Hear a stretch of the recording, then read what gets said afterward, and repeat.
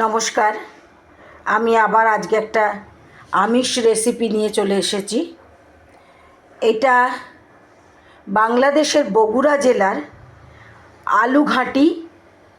আলুঘাটি বলে এটাকে। ঠিক আছে, এর জন্য ওরা মাছের মাথা, আমি শুধু মাছের মাথা নিয়েছি, মাছটা নিইনি। আর বগুড়াতে যে আলুগুলো এই সময় আলুর মানে ও তোলে, সে আলুগুলো আমরাও দেখেছি যে মানে এদিকেও পাওয়া যায়, পশ্চিমবঙ্গেও পাওয়া যায়, এদিকেও পাওয়া যায়। আলুগুলো একটু লাল লাল ধরনের ছিলকাগুলো হয়, সেই আলু দিয়ে আলুঘাটি করে। এবার আমার কাছে তো সেই আলু ছিল না, আমি নর্মাল 4টে ছোটো ছোটো আলু আমি সেদ্ধ করে তারপরে সেটাকে এরকম করে মানে ভালো করে ম্যাশ করে নিয়েছি।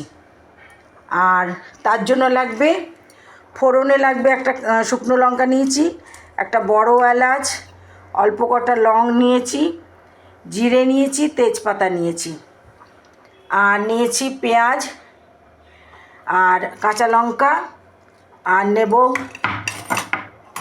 জিঞ্জার গার্লিক পেস্ট, আর নামাবার সময় ধনেপাতা আর টমেটোটা লাগবে। আর এখানে আমি অল্প অল্প করে এই এতটা করে ধনে পাউডার, জিরে পাউডার, হলুদ আর নুন আমি সবসময় গরম জলে ভিজিয়ে রাখি, তাতে পেস্টটা না খুব সুন্দর হয়। আর একটা মাছের মাথা, আমি বড় মাছের মাথা ভেজে রেখে দিয়েছি। এবার আমি কড়াইয়ে তেল দিয়েছি, দেখুন কতটুকু তেল দিয়েছি। কড়াইয়ে তেল দিয়ে আমি আগে সব এই যে গরম মশলা যেগুলো আছে সেগুলো, গোটা গরম মশলাগুলো ছেড়ে দিচ্ছি। আমি লঙ্কাটা কিন্তু ফাটিয়ে রেখেছি, আমি বারে বারে আপনাদেরকে বলি লঙ্কা সবসময় ফাটিয়ে দেবেন। কাঁচা লঙ্কাও আমি ফাটিয়ে রেখেছি, কখনও গোটা দিই না, কারণ ফুটে আসে। আর বেশিরভাগ দেখবেন যখনই রান্না করবেন ফুটে এসে মুখেতেই লাগে, কিন্তু মুখে চোখেই বেশি লাগে।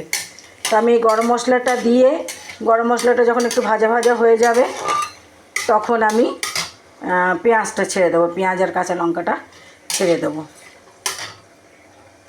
ছেড়ে দিয়ে এবার এটা পেঁয়াজটা ভাজা হতে থাকুক, ততক্ষণে আমি কি করব, এই যে আলু ঘাটিটা নিয়ে মানে আলু যেটাকে আমি একটু ম্যাশ করে রেখে নিয়েছি সেটাকে আমি একটু জল দিয়ে ঘুলে রাখবো। আলু ঘাটির এই হচ্ছে যে আলুটা ম্যাশ করে ঝোল ঝোল করা, তো আমি সেটাকে একটুখানি এখন জল দিয়ে গুলবো, তারপরে আমি আবার দেখাচ্ছি। আমার পেঁয়াজটা ভাজা ভাজা হয়ে গেছে। এবার আমি এক চামচ জিঞ্জার গার্লিক পেস্ট দিয়ে দিলাম। এটা একটুখানি কাঁচা গন্ধটা চলে গেলে তারপরে আমি টমেটোটা ছাড়বো। টমেটোটা মাখা মাখা হলে মাথাগুলো একটু ভেঙে দেবো। বাংলাদেশে যে বগুড়াতে যেখানে বানায়, মানে বগুড়ার লোকেদের খাবার এটা বেশি ফেমাস, ওরা মাছও দেয়, বড় বড় মাছের পিসও দেয়। তো আমি তো শুধু মাথাই দিচ্ছি, মাছ দিচ্ছি না আমি। আর কি বলে, এই দেখুন আলুটাকে আমি মানে ম্যাশ করেছি, একটু একটু গোটা গোটা রেখেছি যাতে দাঁতের মধ্যে পড়ে, জল দিয়ে গুলে রেখেছি। এবার যখন আমি মশলা ভাজা হয়ে গেলে বা মাথা টাথা টমেটো সব ভাজা হয়ে গেলে যখন আমি এটা আলুটা দেবো, তখন আরও জল দেবো, কারণ আলু সবসময় মনে রাখবেন আলুটা থকথকে হয়ে যায়, তো এটা একটু মানে ঝোল ঝোল টাইপের হবে, তখন আমি আরও জল দেবো। আমি মশলা আর টমেটো দিয়ে দিয়েছি। এবার ওটার মধ্যে একটু নুনও দিয়েছি, অল্প স্লাইড নুন দিয়েছি আমি। তো আমি এবার এটাকে ঢাকা দিয়ে রাখবো কম আছে একটুখানি, ওই মিনিট 3-4, তাতে কী হবে টমেটোটা গলে যাবে। এবং তারপরে আমি মাথাটা দিয়ে একটুখানি ভেঙে দেবো। নামাবার সময় আমি ধনে পাতা তো দেবই, তার সাথে আমার কাছে একটু জিরে ধনে ভাজার গুঁড়ো আছে, সেটাও আমি একটুখানি দেব। আমার টমেটো মশলা সব ভাজা ভাজা হয়ে গেছে, দেখুন তেল বেরিয়ে এসছে। এবার আমি মাথা দুটো দিয়ে একটু ঘেঁটে দেব, যেহেতু ঘাটি কথা সেহেতু ঘেঁটে ঘেঁটেই দেয়। আর যখন মানে এই আলু ঘাটিটা না ওদের একটা বিশেষ মানে উৎসবের মতো হয় আর কি, পাড়াতে আলু ওঠার পরে বিশেষ উৎসবের মতো হয়। এবং ওদের মানে কোনো লোকজন নেমন্তন্ন করলেও তারা আলু ঘাটিটা বানায়, তো একটু ঘেঁটে ঘেঁটে দেয়। আর মাছগুলো থাকে গোটাও, আবার একটুখানি ঘেঁটে ঘেঁটেও যায় মাছগুলো। তো আমার মাথাটা যেহেতু চান, মাথাটা আমি ঘেঁটে দিলাম একটু। আচ্ছা, আমি কিন্তু দারচিনি খুব কম, একটুখানি অল্প একটুখানি হাফ চামচও না, তার থেকে মানে চামচের ডগায় করে, এই চামচের ডগায় করে একটুখানি দিয়েছিলাম। কারণ আমাদের বাড়িতে গরম মশলাটা না কেউ মানে খুব একটা পছন্দ করে না। ওরা গোটা গরম মশলা ফোড়নে দেয়, গোটা দারচিনি, গোটা লবঙ্গ, গোটা এলাচ, তেজপাতা, লঙ্কা, শুকনো লঙ্কা, এগুলো সব ওরা ফোড়নে দেয় আগে।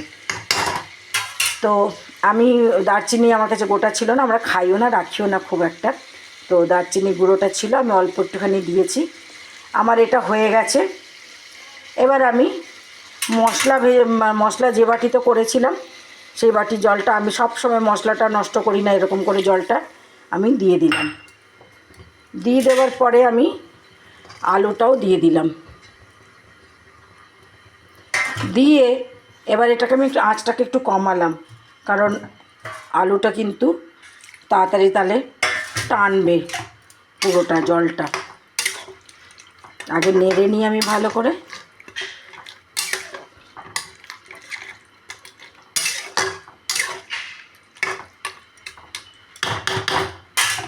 এবার আমি আরও জল দেবো, আরও 1 গ্লাস জল দেবো আমি।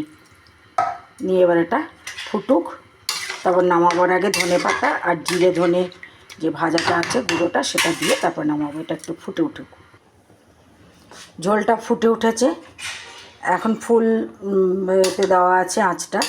আর সব সময় নাড়তে থাকতে হবে, কারণ আলুটা না নিচে লেগে যায়। তো আরেকটু টানবে, তারপর আমি নামাবো। এটা আর একটু টানুক। আমার আলু ঘাটিটা ঠিক এরকম হয়েছে। আমি এবার নামিয়ে দেবো, কারণ এরপরে আর একটু গাঢ় হয়ে যাবে। তো আমি এখন এই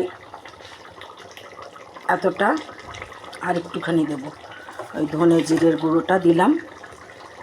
এবার নামিয়ে ধনে পাতা উপরে ছড়িয়ে দেবো আমি।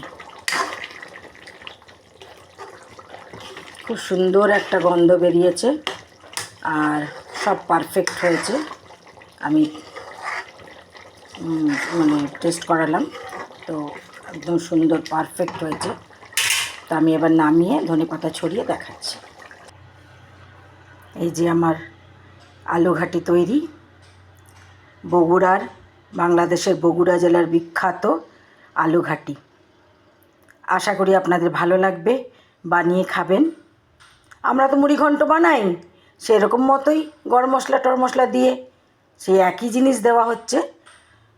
তো বাংলাদেশিরা তো আরও ঝাল খায়, তারা মুঠো মুঠো কাঁচা লঙ্কা, মুঠো মুঠো শুকনো লঙ্কা দেয়। আমরা অল্প ঝাল খাইতে অল্প, তবে ঝাল এবং নুন আপনাদের স্বাদ মতো দেবেন, আমি বারে বারে বলছি। আপনাদের আশা করি ভালো লাগবে। ভালো লাগলে লাইক শেয়ার করবেন। আসি এবার, নমস্কার।